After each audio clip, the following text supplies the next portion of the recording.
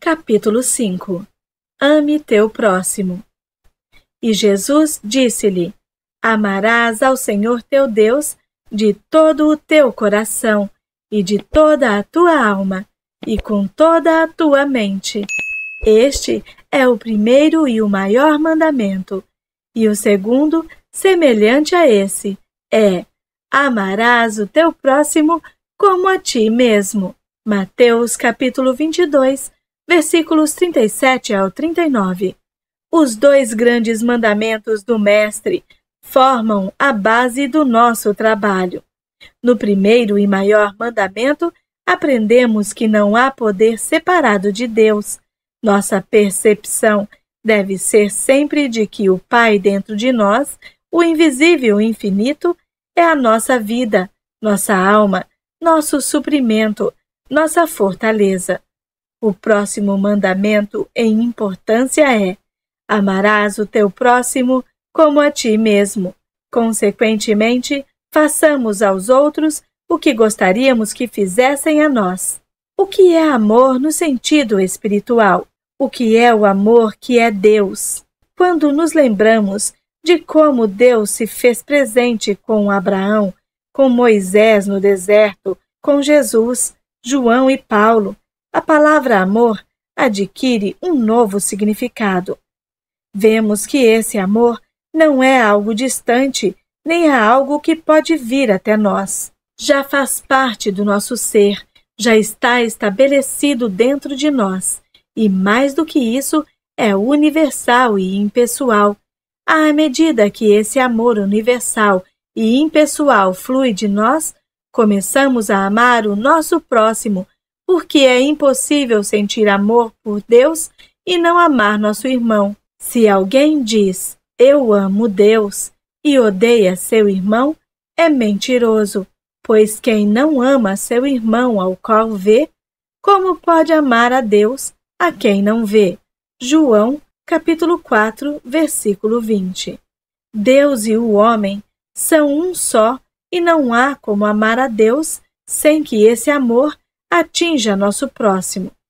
Seja ele uma pessoa, um lugar, um animal ou uma coisa, tudo isso é o nosso próximo. Cada ideia na consciência é o nosso próximo, o qual só podemos amar depois de reconhecermos nele o poder que vem de Deus. Quando virmos Deus como causa e o nosso próximo como aquele que está em Deus, então passaremos a amá-lo, seja na forma de um amigo, parente, inimigo, animal, flor ou pedra. Nesse amor que compreende todos como sendo Deus, oriundos da substância dele, descobrimos que tudo o que nos vem à consciência assume seu exato lugar. Aqueles que fazem parte de nossa experiência vêm até nós, e aqueles que não fazem são afastados. Amemos o nosso próximo espiritualmente, contemplando o amor como a substância de tudo aquilo que é, não importando sua forma. Estaremos amando de verdade quando nos elevarmos acima de nossa humanidade para uma dimensão superior de vida, na qual entendemos que o nosso próximo é puro ser espiritual governado por Deus, nem bom nem mal. O amor é a lei de Deus. Quando estamos em sintonia com o amor divino, seja amor de amigo ou inimigo, então o amor é algo suave que traz paz, mas é suave somente se estamos em sintonia com ele. O mesmo ocorre com a eletricidade. Ela é muito eficiente e útil, fornece luz, calor e energia, desde que suas leis sejam obedecidas. No minuto em que são violadas, podem se tornar perigosas. A lei do amor é tão inexorável quanto a lei da eletricidade. É importante que fique bem claro: não podemos prejudicar ninguém, e ninguém pode nos prejudicar nem nos ferir. Nós próprios nos ferimos por violar a lei do amor, pois a pena recai sempre sobre aquele que pratica o mal, nunca sobre aquele para quem o mal é feito. A injustiça que cometemos contra alguém volta contra nós mesmos. Quem rouba ao outro, rouba a si. A lei do amor, inevitavelmente, faz com que a pessoa que parece ter sido prejudicada seja realmente abençoada, tendo uma incrível e rara oportunidade de se aprimorar, enquanto que o autor da má ação é assombrado pelas lembranças do que fez, até o dia em que conseguir perdoar a si mesmo. A prova de que isso é verdade está na palavra eu. Deus é a nossa individualidade. Deus é a minha e a sua individualidade. Deus constitui o meu ser, pois Ele é a minha vida, minha alma, meu espírito, minha mente e minha atividade. Deus é o meu ser. Esse ser é o único que existe. Meu ser e seu ser. Se eu roubar o seu eu, a quem estarei roubando? A meu ser. Se eu mentir sobre o seu ser, sobre quem estarei mentindo? Meu ser. Se eu enganar o seu ser, a quem estarei enganando? A meu ser. Por haver apenas um ser, o que faço para o meu próximo, faço a mim mesmo. O Mestre nos ensinou no capítulo 25 de Mateus, quando disse: visto que fizeste isso a um dos menores dos meus irmãos, vós fizeste isso a mim. Tanto o bem quanto o mal que eu possa fazer recairão sobre mim. Devemos chegar ao ponto de realmente acreditar e poder dizer com todo o nosso coração: há apenas um ser. A injustiça que cometo ao outro, cometo a mim mesmo. A falta de consideração que demonstro ao outro, na realidade demonstro a mim mesmo. O verdadeiro significado de fazer aos outros o que gostaríamos que fizessem a nós é revelado quando chegamos a esse entendimento. Deus é um ser individual, o que significa que Deus é o único ser, e não há mal que consiga profanar a infinita pureza da alma de Deus. Quando o Mestre repetiu a antiga sabedoria: portanto, todas as coisas que vós quereis que os homens vos façam, fazei vós também a eles, porque essa é a lei e os profetas. Ele estava nos dando um princípio. A menos que façamos aos outros aquilo que gostaríamos que fizessem a nós, prejudicamos não os outros, mas a nós mesmos. No atual estado da consciência humana, é verdade que os maus pensamentos, atos desonestos e palavras impensadas que infligimos aos outros pode atingi-los temporariamente, mas no final das contas se constará que o mal causou mais dano a nós do que a eles. No futuro, quando os homens reconhecerem a grande verdade de que Deus é o ser de cada indivíduo, o mal que os outros quiserem nos causar nunca irá nos tocar, mas irá ricochetear imediatamente sobre aquele que o causou. À medida que reconhecemos Deus como nosso ser individual, percebemos que nenhuma arma forjada contra nós pode prosperar, porque o único eu é Deus. Não teremos medo de nada que o homem possa fazer, pois o nosso ser é Deus e não pode ser prejudicado. Tão logo percebemos essa verdade, não nos preocupamos com o que o nosso próximo nos faz. Precisamos vigiar nossos pensamentos, palavras e ações a todo momento, para que não tenham repercussões indesejáveis. E não devemos agir assim por temermos más consequências. A revelação do ser é muito mais profunda do que isso. Nos permite ver que Deus é a nossa individualidade e que qualquer mal que alguém queira nos causar só terá poder se lhe concedermos tal poder. Por isso, todo bem ou todo mal que fazemos aos outros, fazemos ao Cristo do nosso próprio ser. Visto que fizestes isto para um dos menores dos meus irmãos, tendes feito isso a mim. Com essa percepção, veremos que isso se aplica a todos os homens, e que o único caminho para uma vida bem-sucedida e satisfatória é compreender que o nosso próximo é o nosso ser. O Mestre nos instruiu enfaticamente quanto às maneiras pelas quais podemos servir a nossos semelhantes. Sua missão foi curar os doentes, ressuscitar os mortos e alimentar os pobres. No exato momento em que nós nos transformamos em caminhos pelos quais flui o amor divino, começamos a servir uns aos outros, expressando e compartilhando amor e devoção. Tudo em nome do Pai. Vamos seguir o exemplo do Mestre, que não atribuía os feitos e nem buscava glórias para si. Sempre foi o Pai que fez as obras.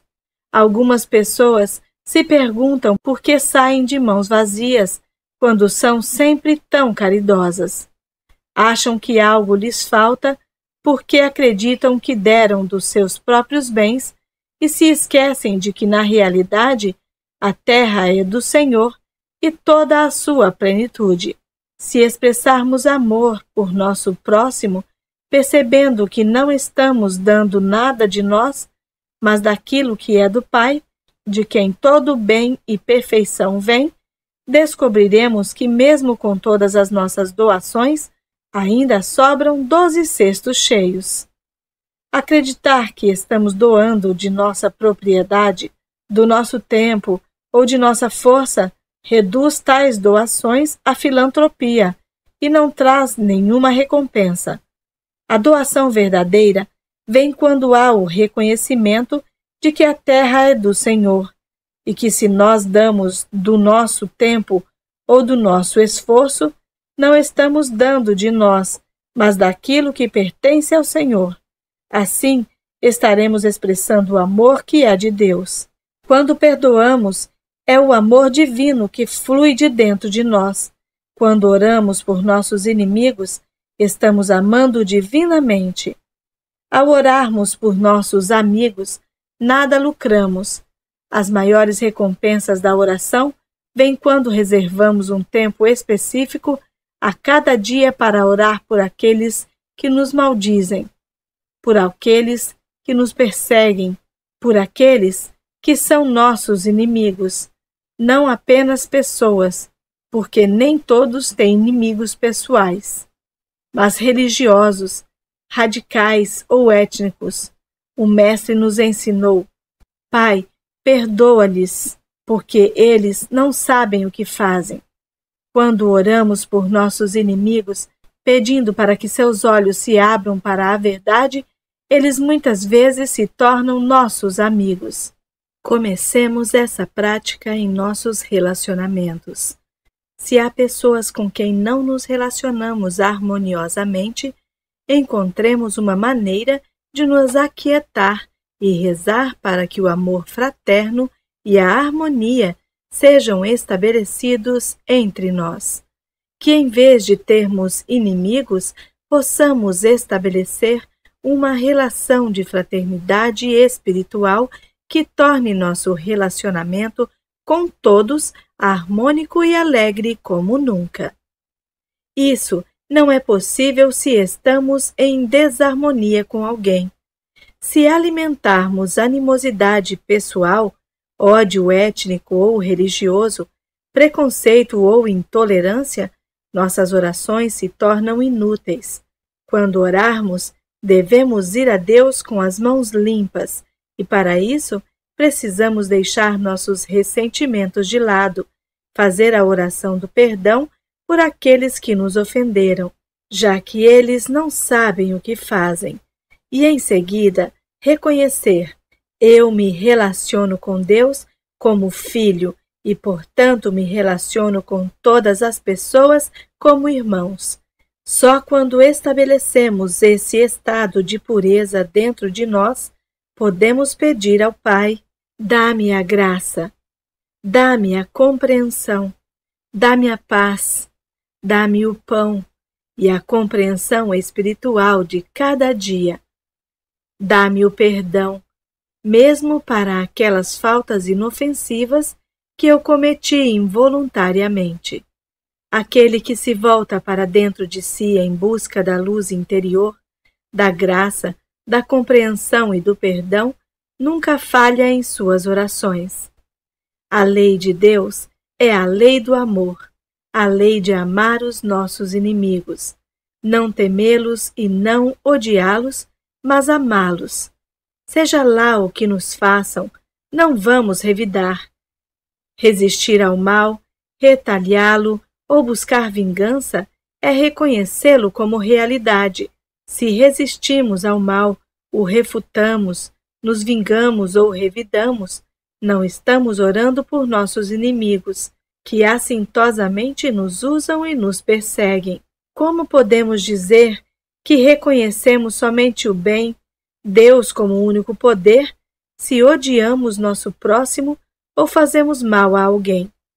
Cristo é a verdadeira identidade, e reconhecer outra identidade além de Cristo é nos afastar da consciência crística.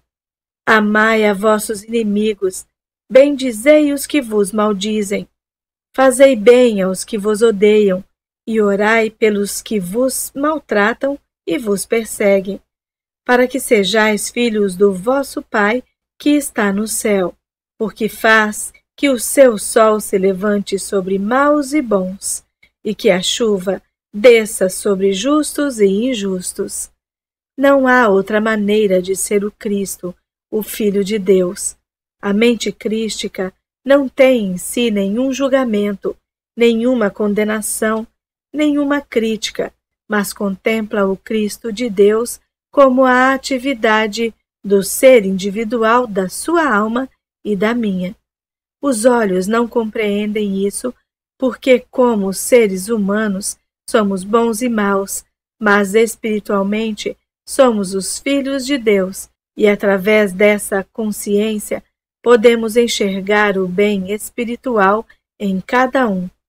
Não há espaço na vida espiritual para perseguição, julgamento ou condenação de qualquer pessoa ou grupo de pessoas. Não é apenas inconsistente, mas hipócrita falar sobre o Cristo e nosso grande amor por Deus e depreciar o próximo por sua raça, credo, nacionalidade, filiação política ou posição econômica.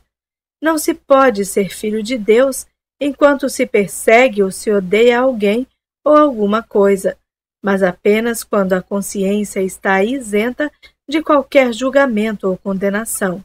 A interpretação mais comum de não julgar é que não devemos ver o mal em ninguém, porém, temos que ir muito além disso, não vendo tão pouco o bem em ninguém e nem os rotulando de bons ou maus. O Mestre disse: por que me chamais de bom? Ninguém é bom a não ser um, que é Deus. É o cúmulo da presunção dizer: eu sou bom, generoso, benevolente, tenho caráter e bom entendimento. Se manifestamos alguma característica boa, não vamos nos considerar bons, mas reconhecer essa qualidade como atividade de Deus. Filho, tu sempre estás comigo, e tudo o que é meu é teu. Todo o bem do Pai é manifestado através de nós. Um dos princípios básicos do caminho infinito é que ser uma pessoa boa não é suficiente para garantir a nossa entrada no reino espiritual, nem para nos trazer a unidade com a lei cósmica. Sem dúvida é melhor ser bom do que mal, assim como é melhor ser saudável do que doente, mas adquirir saúde ou alcançar o bem em si não é vida espiritual. Nós a conhecemos somente quando nos elevamos sobre o bem e o mal humanos e percebemos que não há seres humanos bons ou maus. Cristo é a única identidade. Assim, olhamos para o mundo e não vemos nem homens e mulheres bons, nem homens e mulheres maus, mas reconhecemos apenas o Cristo neles. Portanto, se trouxeres a tua oferta ao altar, e aí te lembrares de que teu irmão tem alguma coisa contra ti, deixa ali, diante do altar, a tua oferta, e vai reconciliar-te primeiro com o teu irmão, e depois vem e apresenta a tua oferta. Mateus, capítulo 5, versículos 23 ao 24. Enquanto chamarmos nosso irmão de bom ou mau, justo ou injusto, estaremos em conflito com ele e inaptos para a oração de comunhão com o infinito. Nós nos distinguimos dos escribas e fariseus somente quando paramos de ver o bem e o mal, de nos vangloriar da bondade, como se qualquer um de nós pudesse ser bom. A bondade é atributo e atividade somente de Deus e, por ser assim, é universal. Nunca pensemos em um ser humano como se ele precisasse de cura, de emprego ou de riquezas, porque se assim fizermos, seremos seu inimigo em vez de amigo. Se houver qualquer homem, mulher ou criança que acreditamos estar doente, ser pecador ou estiver morrendo, não oremos até que tenhamos nos reconciliado com esse irmão, pedindo perdão por termos cometido o erro de julgar, porque todos são Deus em expressão. Tudo é Deus manifestado. Só Deus constitui este universo, bem como a vida, a mente e a alma de cada indivíduo. Não darás falso testemunho contra teu próximo. Tem uma conotação muito mais ampla do que meramente não espalhar boatos ou fofocas sobre ele. Não devemos manter o nosso próximo em humanidade. Se dissermos, meu próximo é bom, estaremos dando falso testemunho contra ele, tanto quanto se dissermos, meu próximo é mau, porque isso demonstra que reconhecemos sua condição humana, às vezes bom e às vezes mau, e não a espiritual. Dar falso testemunho contra o próximo é declarar que ele é humano, que é finito, que tem falhas, que é menos do que o próprio Filho de Deus. Toda vez que reconhecemos a condição humana, violamos a lei cósmica. Toda vez que reconhecemos o nosso próximo como pecador, pobre, doente ou morto, como outro que não o Filho de Deus, daremos falso testemunho contra ele. Violando a lei cósmica, atraímos nossa própria punição. Deus não nos pune, nós nos punimos, porque se dizemos, você é pobre, praticamente estamos dizendo que eu sou pobre, uma vez que há somente um eu e um ser. Assim, a verdade que diz respeito a você diz respeito a mim. Se eu aceitar a crença de pobreza no mundo, ela reage sobre mim. Se eu disser que você está doente ou que você não é gentil, estarei aceitando uma característica separada de Deus, uma atividade à parte de Deus, e dessa forma estarei condenando a mim mesmo porque só existe um ser. Finalmente, quando dou falso testemunho contra alguém, me condeno e sou o único a sofrer as consequências.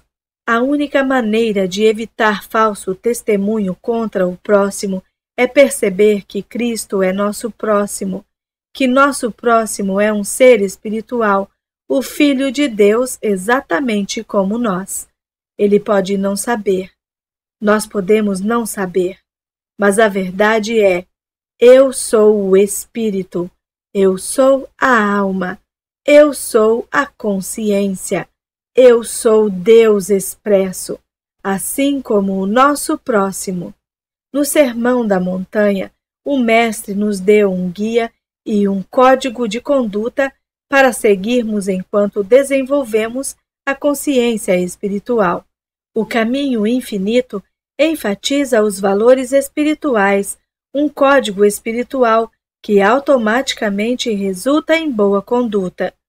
Ser humanamente bom é uma consequência natural da identificação espiritual.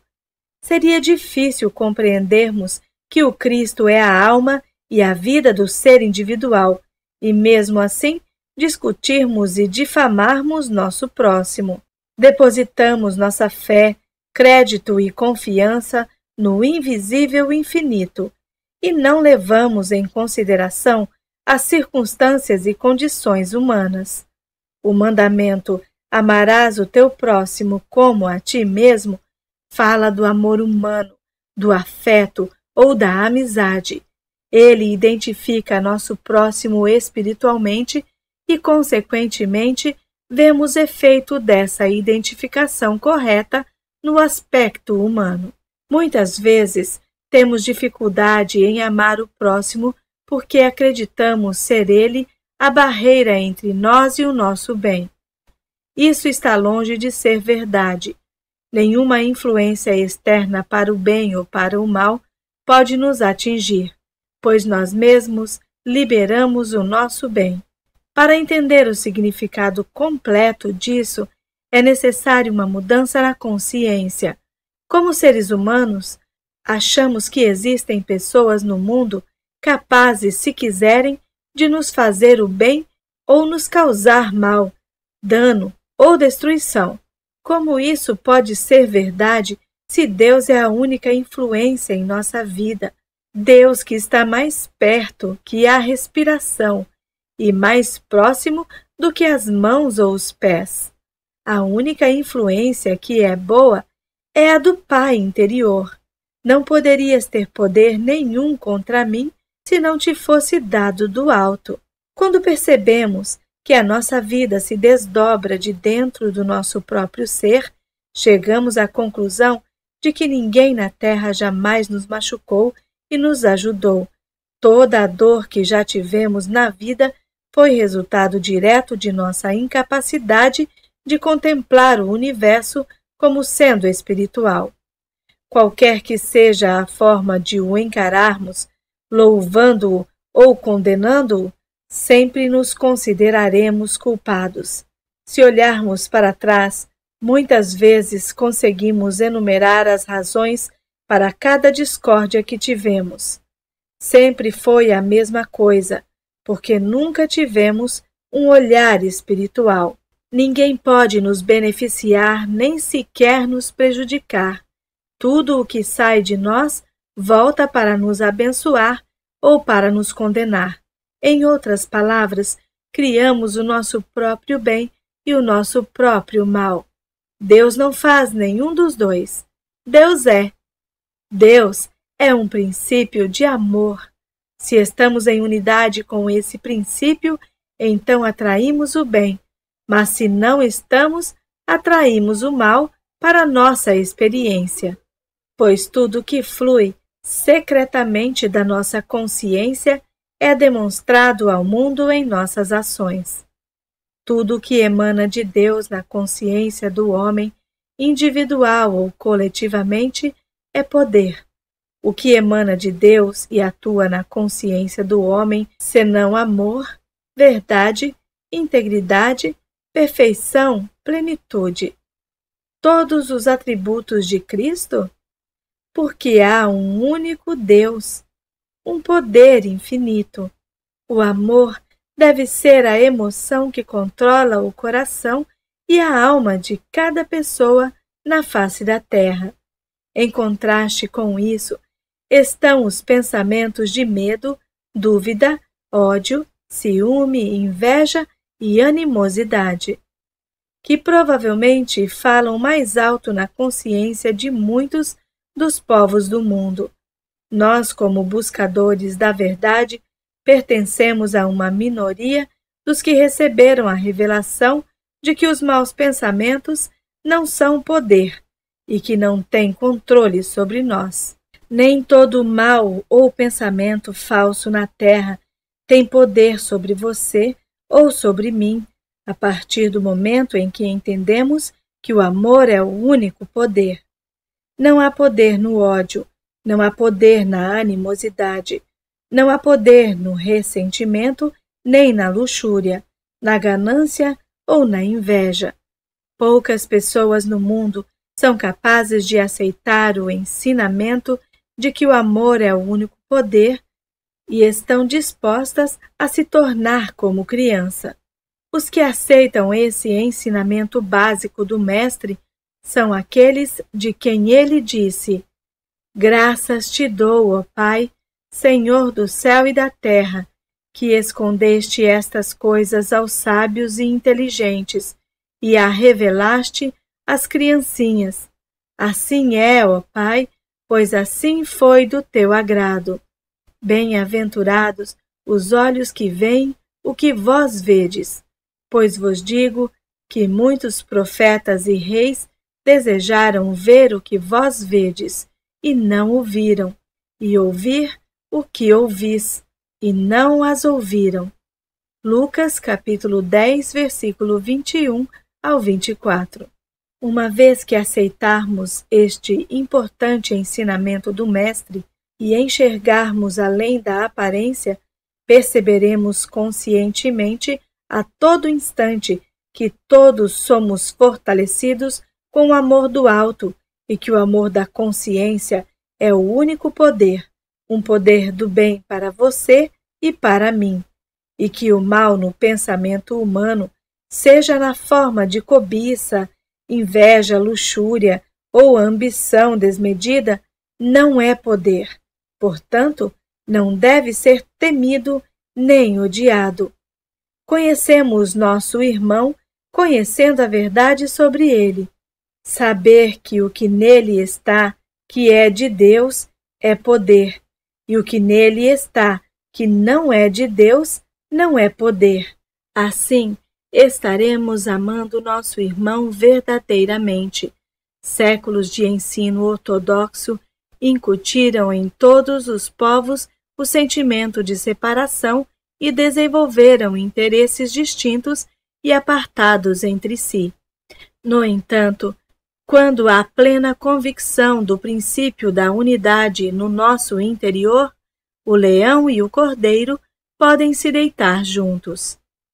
Isso se torna verdade quando compreendemos o significado correto da palavra eu.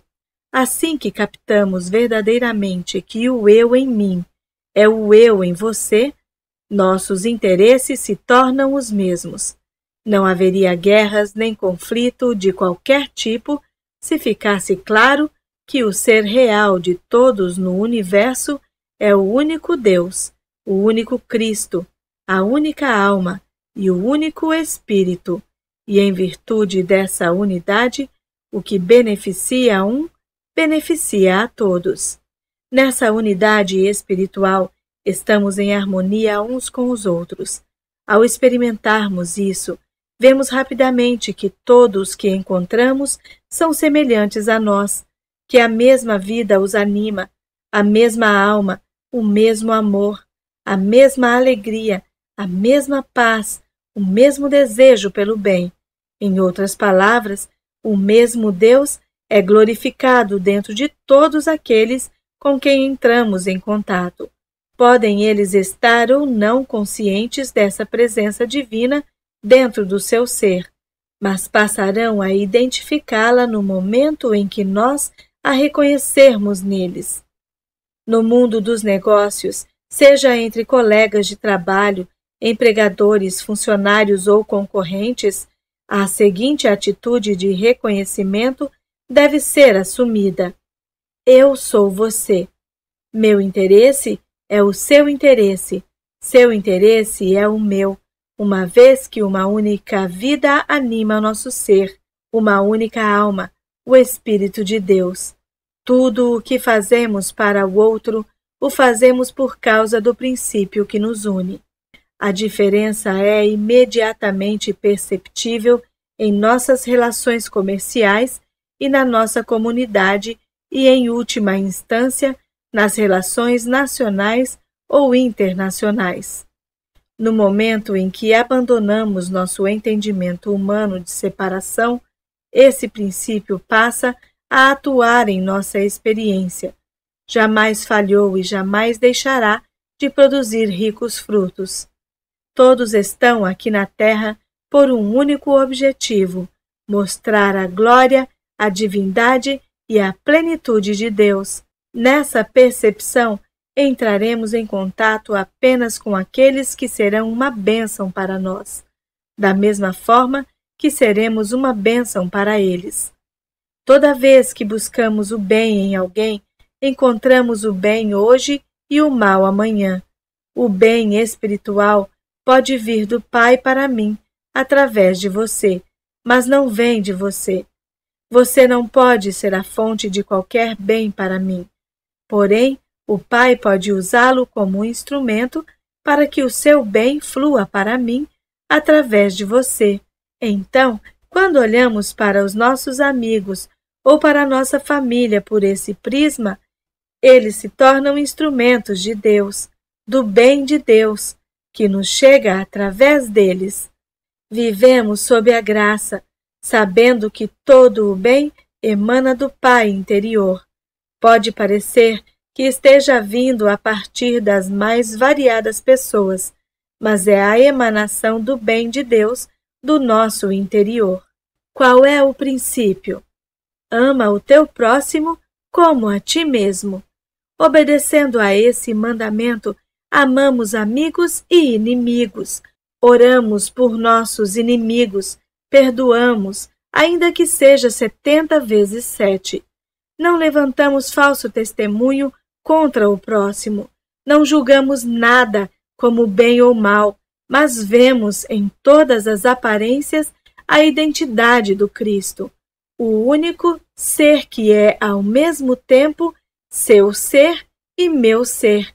Então, pode-se dizer: vinde, benditos de meu Pai, entrai na posse do reino que vos está preparado desde a fundação do mundo. Porque tive fome e me destes de comer, tive sede e me destes de beber. Era estrangeiro e me hospedastes, estava nu e me vestistes, enfermo e me visitastes, preso e fostes me ver. Então perguntarão os justos: Senhor, quando foi que te vimos com fome e te demos de comer? Ou com sede e te demos de beber? E quando te vimos estrangeiro e te hospedamos? Ou nu e te vestimos?